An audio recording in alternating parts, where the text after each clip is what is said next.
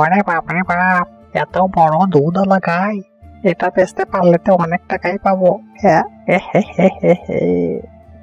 যেভাবেই হোক আমাকে এই গরুটা চুরি করতেই হবে। এখন তো গৃহস্থরা ঘুমিয়ে একেবারেই কাদা। এই তো সুযোগ, এই সুযোগে আমি ওদের গোপাল ঘাট করবো ফাঁকা।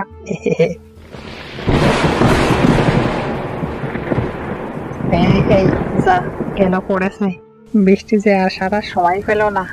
এখন তো আর গরু চুরি করা সম্ভব নয়। হ্যাঁ, চুরি করলেও তো গৃহস্থরা পায়ের ছাপ দেখে দেখে আমাকে ওরা ধরে ফেলবে।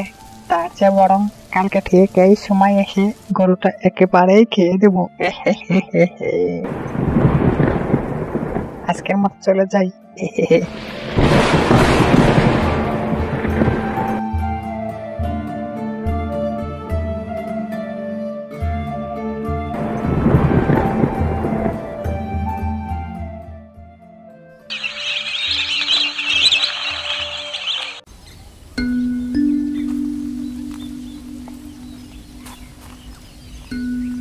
এই এই যে দুধটুকু গঞ্জে নিয়ে বিক্রি করে আসা তো দেখি।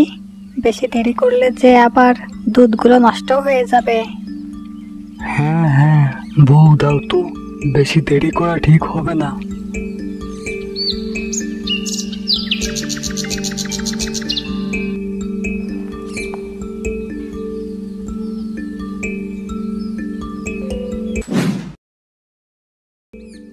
আরে এ কি দেখছি, এ তো বউয়ের পায়ের ছাপ মনে হচ্ছে না।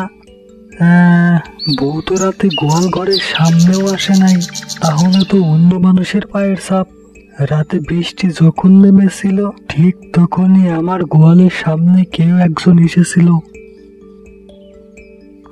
না, এটা তো আমার কাছে একদমই ভালো মনে হচ্ছে না। আজকে রাত জেগে বিষয়টা ভালো করে দেখতে হবে।